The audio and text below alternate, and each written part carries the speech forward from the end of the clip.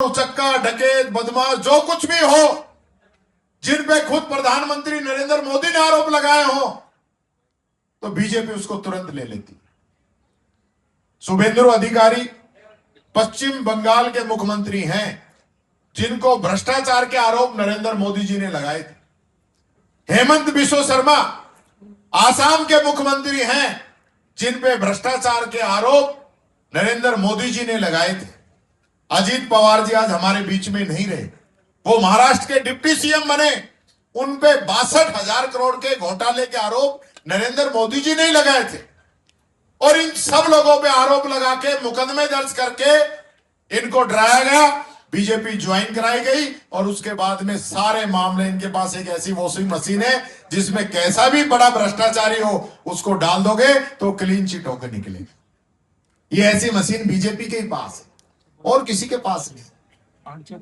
आज भगवान श्री राम के नाम पे वोट लेके आए, आज चंदा चोरी हो गया। कोई 100-200 रुपए नहीं हुए, 100-200 करोड़ भी नहीं हुए, 1000 करोड़ से ऊपर वहां पे भगवान श्री राम के आभूषण, सोने चांदी की ईंटें और पैसे वहां से उड़ा दिए गए। किसी की जवाबदेही नहीं है। बीजेपी क्यों नहीं बोलती? क्या ये सनातन का अपमान नहीं है? क्या ये सनातन धर्म के अंदर जो लोग आस्था रखते हैं, जिन लोगों ने चढ़ावा किया, उन लोगों की आस्था पे प्रहार नहीं है? तो ये जो सारा सिस्टम है उस पे मोदी जी एक शब्द नहीं बोलेंगे। अब मैं आपके मुद्दे पे आता हूं। एक माता पिता अपने जीवन की पूरी कमाई लगाता है, आप सब लोग जानते हैं, आपके परिवार की जैसी हैसियत है उससे कहीं बढ़ के माता पिता चाहता है कि मेरे बच्चे जो है अच्छी एजुकेशन ग्रहण करें। वो पूरा पैसा पढ़ाई पे लगाता है, पढ़ाई के बाद में नंबर आता है कोचिंग का, वो फिर कोचिंग पे पूरा पैसा लगाता है। आप मेहनत करते हैं दिन रात, मैंने देखा है किस प्रकार से कोचिंग करने वाले बच्चे अपना समय व्यतीत करते हैं और फिर पेपर देने जाते हैं, पेपर लीक हो गया, उसके बाद कोई कार्रवाई नहीं। मैं फिर कहना चाहूंगा, राजस्थान के अंदर हिंदुस्तान का सबसे मजबूत कानून बना। नरेंद्र मोदी जी 12 साल से दिल्ली के अंदर बैठे हैं, अपने आप को 56 इंच का सीना वाला बताते हैं। मैं चैलेंज करता हूं कि पिछले 10 वर्षों में एक भी पेपर लीक माफिया को आपने सजा कराई हो तो एक आदमी को क्यों नहीं कराई? सिर्फ युवा वोट देने के लिए है?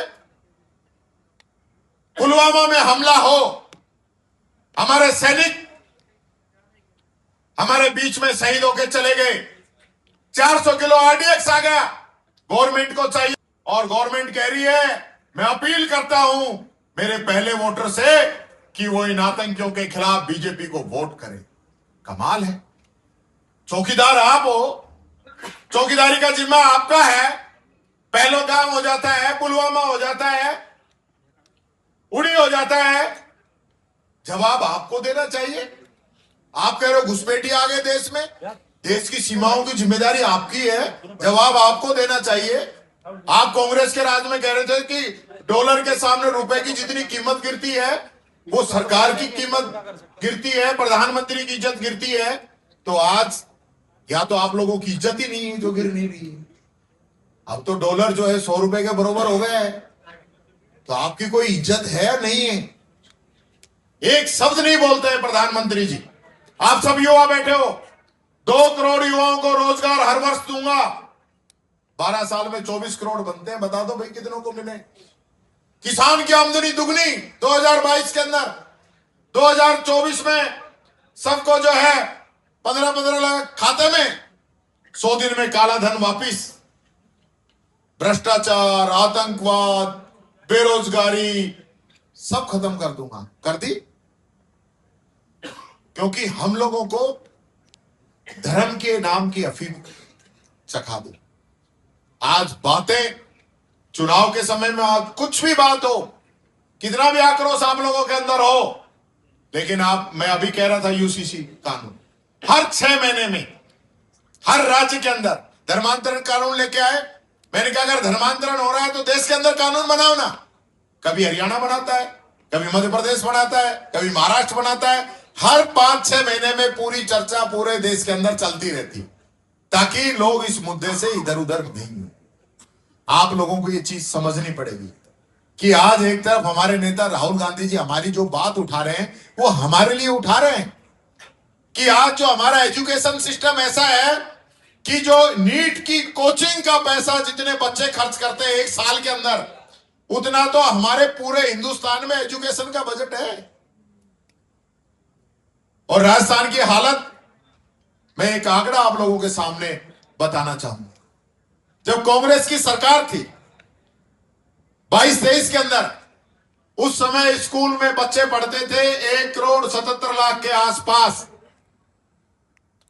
और इन 4 वर्षों में जहां बच्चों की संख्या बढ़नी चाहिए, जिस प्रकार से आबादी बढ़ी है, उल्टा स्कूलों की संख्या अब रह गई 1,59,45,000 के आसपास। ये बच्चे कहां गए? किसके बच्चे हैं ये हमारे बच्चे हैं, गरीब के बच्चे हैं, मजदूर के बच्चे हैं, जो आज स्कूल से ड्रॉप आउट हो गए। सरकार की जिम्मेदारी है कि इस पे जवाब दे कि बच्चे गए कहां, ड्रॉप आउट कैसे बढ़ा। संख्या बढ़नी चाहिए थी। प्रवेश उत्सव मनाते थे स्कूल के अंदर, टीचर्स की ड्यूटी लगती थी, जाते थे गांव में कि आओ हमारे साथ आओ, हमारे साथ आओ। लेकिन आज बच्चे नहीं आ रहे। क्यों? क्योंकि स्कूल में जाते हैं तो बिल्डिंग गिर जाती है। राजस्थान के अंदर 9 बच्चों की दब के मौत हो गई स्कूलों के अंदर।